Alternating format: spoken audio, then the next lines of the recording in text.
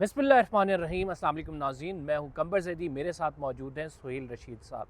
नाज़रीन, कल इमरान खान साहब की जानिब से एक ऐसा बयान जारी किया गया जो उनके पार्टी मेंबर्स ने भी रीट्वीट करना पसंद नहीं किया। इसमें डायरेक्ट मिलिट्री क़यादत को इमरान खान की जानिब से टारगेट किया गया। ऐसे मरहले पे जब मुज़ाकरात चल रहे हैं, इमरान खान साहब ने एक कदम आगे बढ़ाकर ये ट्वीट करना किस बात को तक़वियत दे रहा है, किस बात की तरफ हालात जा रहे हैं, ये हम आज डिस्कस करेंगे। दूसरी इंपॉर्टेंट चीज़ मिलिट्री कोर्ट्स के हवाले से है। मिलिट्री कोर्ट्स में जो केस की समाअत हुई है उसमें क्या कुछ हुआ है, और हफीज़ुल्लाह नियाज़ी साहब कहते हैं कि जो लोग अब सिविलियन साइड पे आ गए, यानी वो जो थानों की मुतलका हदूद हैं उनमें ज़ेर हरासत हैं, उनके साथ जो सलूक किया जा रहा है वो वैसा ही है जैसा कि जब वो फ़ौजी उसमें अंदर थे, फ़ौजी हिरासत में थे, तब उनके साथ किया जा रहा था। सुहेल रशीद साहब हमारे साथ मौजूद हैं। सुहेल साहब, बहुत शुक्रिया। कल इमरान खान साहब का एकदम से बयान आना जिसमें डायरेक्टली नाम लेना फ़ौजी क़यादत का,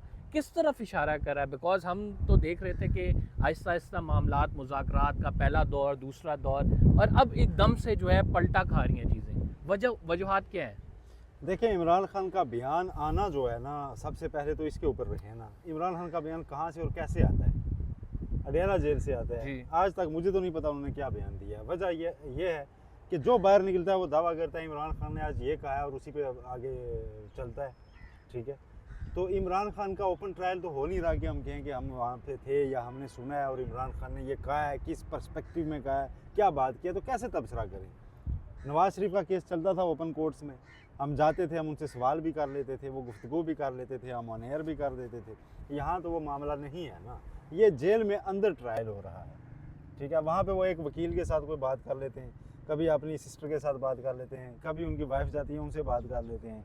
जो कुछ साफ़ी दोस्त वहाँ से बताते हैं, जो कुछ जाते हैं 3-4, वो जो चीज़ बताते हैं वो तो भी एक होता है, वो भी नोट नहीं कर सकते। कंट्रोल में होते हैं वो भी। नहीं, कंट्रोल में ना हो, लेकिन आप जब इतनी लंबी 4 घंटे की समाअत हो, आप जुमला जब तक नोट ना करें, हम ये कोर्ट्स में नोट्स लेते हैं ना, जब आपको नोट लेने की वो सहूलत ना हो, कोई चीज़ ना हो, तो काफ़ी चीज़ें उस तरह से नहीं होती रिफ्लेक्ट। बहरहाल आप जिस तरफ इशारा कर रहे हैं वो बात तो एक पूरा जो इकाई है, अगर उसी को हम देखें, अगर इमरान खान ने ये बयान दिया है, ठीक है, तो इसका मतलब ये है कि इमरान खान कोई मज़ाकरात वगैरह को संजीदगी से नहीं ले रहे और वो समझते हैं कि ये हुकूमत कुछ भी नहीं है। उन्होंने इस हुकूमत के बॉस को यानी शहबाज शरीफ को कल ज़ीरो कर दिया। उन्होंने कहा जी आप तो हैं कुछ नहीं, बेबस लोग हैं, आप मुझे क्या दे सकते हैं?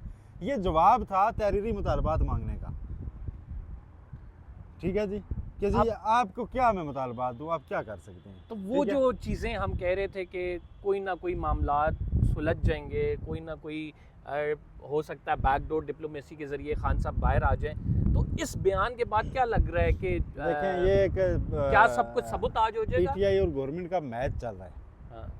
और उस मैच में एक स्पेल अच्छा एक तरफ से पड़ जाता है तो सिचुएशन बदल जाती है। ठीक है, अब इन दिनों मुझे ये लगता है कि पिछले 3-4 दिन में इमरान खान का कॉन्फिडेंस दोबारा बूस्ट हुआ है। क्या वजूहात हो सकती हैं आपके नज़दीक उसकी? मेरा ख्याल है वो समझते हैं कि अब डोनाल्ड ट्रंप के बर्दारी की रस्म करीब है, और इमरान खान को शायद लगता है कि अब सिस्टम को उनके साथ जो है ना सेटलमेंट करनी है, तो मैं अपना हाथ ऊपर रखूं। ठीक है, लेकिन हाथ ऊपर रखना और चीज़ होती है जब आप डायरेक्ट किसी इदारे के उसको एक्यूज़ करते हैं, ब्लेम करते हैं, तो उसके संगीन नताइज होते हैं। ये इमरान खान से बेहतर कोई नहीं जानता। पिछले 2-3 साल में इमरान खान से जो गलतियां जहाँ पे हुई हैं वो यही हैं, और इसका इदराक रखते हैं वो। कई बार वो कहते हैं, ठीक है, और एक तरफ आप कहते हैं कि हम कोई इंतकाम नहीं लेंगे, कुछ नहीं करेंगे, मज़ामत होगी तो मफामत होगी ना, वो वाला तो भी पावर टॉक्स टू पावर। यार ये मरीम नवाज की स्टेटमेंट थी, मुझे इसकी तब भी समझ नहीं आई, आज भी समझ नहीं आई कि वो क्या डील करने के लिए तब ये देती थी कि मज़ामत होगी तो मफामत होगी। क्या मफामत होगी ना उन्होंने, क्या मफामत होगी यार? आपको सियासी जमातें सिर्फ पॉलिटिकल स्पेस आपने रिक्लेम करनी है और अपनी पॉलिटिक्स जारी रखनी है, दैट्स इट। कोई किला फतह नहीं करना, कहीं पे झंडा नहीं गाड़ना, सबसे पहले इस चीज़ से पीछे आना है ना।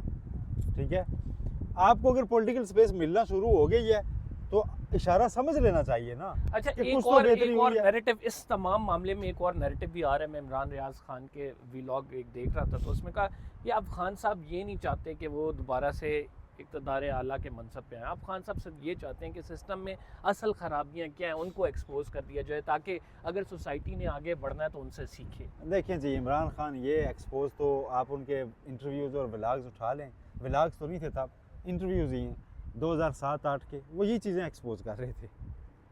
तो उसके बाद भी प्राइम मिनिस्टर तो बने थे ना, लिहाजा मैं ये आर्गूमेंट बाई नहीं करता कि इमरान खान बनना नहीं चाहते प्राइम मिनिस्टर। वो एक पोजीशन में बैठेंगे, अपना इक़्तिदार इस्तेमाल करेंगे, इख्तियार लॉफुली लेंगे तो चीज़ ठीक करेंगे ना, घर बैठ के तो नहीं होता। ये काम तो फिर इमरान खान के साथ कई व्लॉगर कर रहे हैं। तो यानी यू आर सेइंग दैट कि ये तो अभी साफियों जो का काम है। जी जी मैं समझ गया हूँ, यू आर सेइंग दैट कि अभी जो इमरान खान साहब ने ये गुफ्तगू की है या जो उनके ट्विटर अकाउंट से आया, that means he wants the upper hand in the negotiation definitely and he knows that कि जनवरी करीब आ रहा है, वहाँ पे उनकी एक सपोर्ट बेस है, स्टैब्लिशमेंट को ही उनके पास जाना पड़ेगा, तो ज़रा ऊपर कदम रखो। जी जी। और वो देखें, जब और एक चीज़ और है कि जब आप किसी जगह पे कोई किसी एक मंडी में भी चले जाएं ना, जहाँ पे कोई रेट फाइनल हो रहा हो, तो दोनों कह रहे होते हैं नहीं नहीं जी मेरी तो इतनी खरीद ही नहीं थी, मैंने तो आपके लिए ये थोड़ा कर दिया, वरना मुझे तो एक और जगह से इतनी बड़ी डिमांड है। ठीक है। दूसरा कह रहा होता है मेरे पास भी 4 ऑप्शन है, शाम को उनका ही आपस में सौदा हो रहा होता है ना। तो जब मुज़ाकरात का आगाज़ होता है तो फिर ये चीज़ें साइड लाइन पे होती हैं, तो वो हो रही हैं। अभी पीटीआई ने आज कह दिया है, यहाँ हामिद खान ने यहाँ से जाते हुए साफ़ियों से ही बात की है, उन्होंने कहा है जी कि हम तो रिटर्न कोई मुतालबात नहीं दे रहे, उनको नहीं पता हमने क्या उनसे 2 बार बैठ के कह चुके हैं कि भाई ये चीज़ें हमें चाहिए, सियासी कैदियों की रिहाई आप उसकी ज़मानत में रखना ना डालें और कमीशन बनाएं। लिख के क्या देना, आपने कोई अदालत में दरख्वास्त देनी है कि उनके लिख के दें, वो मुकर गए। और पीटीआई अपना डोमिनेंस भी चाहती है सारे मुज़ाकरात के प्रोसेस में, इस वजह से भी हम ऐसी स्टेटमेंट्स देख रहे हैं। अच्छा सुहेल साहब आगे बढ़ते हैं। हफीज़ुल्लाह नियाज़ी साहब ने कहा कि भाई इतनी सख्ती जितनी फौजी अदालत में थी, इससे ज़्यादा सख्ती अब यहाँ पे है, तो क्या वजूहात हो सकती हैं कि राइट नाउ जो रिलीफ चाह रहे थे, आपको पता है दरख्वास्त भी इसीलिए दी गई थी कि सिविलियन साइड पे आएंगे तो थोड़ा बहुत रिलीफ मिल जाएगा, एक तो मिलने की इजाज़त मिल जाएगी, लेकिन सख्ती बरकरार है, 19 लोगों को छोड़ा भी गया है। अब क्या समझते हैं कि ये मामला आगे किस करवट बैठेगा? हफीज़ुल्लाह नियाज़ी ही पहले वो शख्स थे जिन्होंने दी थी दरख्वास्त, यहाँ पे आगे कहा था कि आप उनको सज़ा सुनानी है या जो भी फैसला करना है करने दें ताकि वो जेलों में आ जाएं। तो जेलों में अब वो आ चुके हैं, वहाँ पे आप ये सख्ती की बात कर रहे हैं तो उस पर आप रिपोर्ट तो मांगिए इन्होंने कि जेल मैनुअल के मुताबिक ट्रीट करें, लेकिन उनका मामलात किधर जाने, उससे ज़्यादा इम्पोर्टेंट ये है कि इनके मामलात किधर जाने हैं। क्योंकि यहाँ बेंच अगर ये जिस तेज़ी से केस चला रहा है, लगता ये है कि 3-4 दिन में कंक्लूड हो जाएगा। अगर कंक्लूड होगा और ये इस नतीजे पे पहुँचते हैं कि जी नहीं ट्रायल हो ही नहीं सकता वहाँ, तो फिर तो वो लोग सारे अल्टीमेटली वापस जो है ना उनके तो दोबारा मुजरम से मुलज़म बन जाएंगे, उनके ट्रायल दोबारा 80s में चलेंगे, ठीक है, और उनकी ज़रा सख्तियाँ भी नरमी में बदल जाएंगी। दूसरा कुछ जो लड़के रिहा हुए हैं, लेकिन और उन्होंने जो नारेबाजी किया उससे मामलात भी बदले हैं ना, उन्होंने जो नारेबाजी किया उससे भी मामलात बदले। अज़मा बुखारी की प्रेस कॉन्फ्रेंस उसके बाद हो गई जी जी, वो उसके बाद उस माफियों के वो भी आगे रिटर्न माफिया जो लिखी हुई थी उसके स्क्रीनशॉट्स हमें ट्विटर को पे देखने को मिले। लेकिन सुहेल साहब इसमें अभी तो हमें बेसिकली देखा जाए तो जमाल खान मंदोखेली क्रॉस क्वेश्चनिंग करते नजर आ रहे हैं, मोहम्मद अली मजहर साहब या फिर जस्टिस अमीनुद्दीन खान साहब, उनका तो मूड उनका कहते हैं फैसले बोलते हैं। कौन सा फैसला किया अमीनुद्दीन खान साहब ने? बस वो बोलते हैं ना, बोलेगा दस्तखत फैसला बोलेगा ना। इतनी ज़्यादा उन्होंने पेंडिंग केसेस निपटाए हैं पिछले 2 महीने में, जो कि सारे इंफ्रैक्चर, किसी का दरख्वास्त गुजार मर चुका हुआ है किसी का रिस्पॉन्डेंट मर चुका हुआ है, उनकी अपनी अपॉइंटमेंट यहाँ पे, उनकी अपनी अपॉइंटमेंट वो जज साहब है सुने ना, अपना आपको वोट दिया है। और यार उनकी अपनी अपॉइंटमेंट सुप्रीम कोर्ट में चैलेंज है और वो दरख्वास्त गुजार भी बेचारे फोत हो चुके हैं, वकार सेठ साहब। ये बड़ा इंपॉर्टेंट केस था।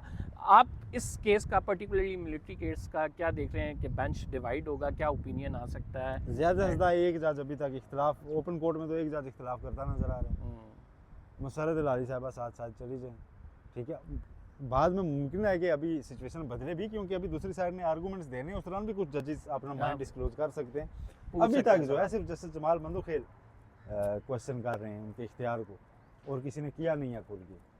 जितनी भी समातें हुई हैं सिर्फ एक जज हैं जो खुल के कहते हैं जी कि नहीं वहाँ पे तो ये नहीं हो सकता और ये तो आइन में इजाज़त नहीं है, और एग्जेक्टिव कैसे जुडिशरी का रोल कर सकती है, तो जस्टिस जमाल खान मंदोखेल साहब से पूछे बंदा कि एग्जेक्टिव जुडिशरी के जब बेंच बना सकती है जिसमें आप भी शामिल है, तो आप तो कुछ भी कर सकती है। अब तो आज की जुडिशरी है ही एग्जेक्टिव का एक ऑर्गन।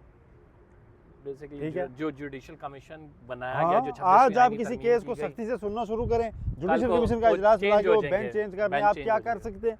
वोट ज़्यादा है उनका।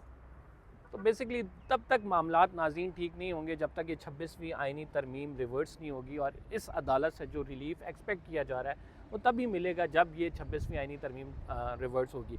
और हम देखते हैं कि अगर नेक्स्ट वीक में ये केस लगता है और इस केस में आगे पेशरफ्त होती है, तो देखना ये है कि इसी बेंच ने, अगर आईनी बेंच ने ही सुनना है, तो 26वीं आईनी तरमीम इसके तो ये बेनिफिशरी हैं, कहाँ से फिर वो रिवर्स होगी। तो मामलात गंभीर हैं। बहरहाल बहुत शुक्रिया सोहेल रशीद साहब, इंशाल्लाह अगले व्लॉग में मुलाकात होती है।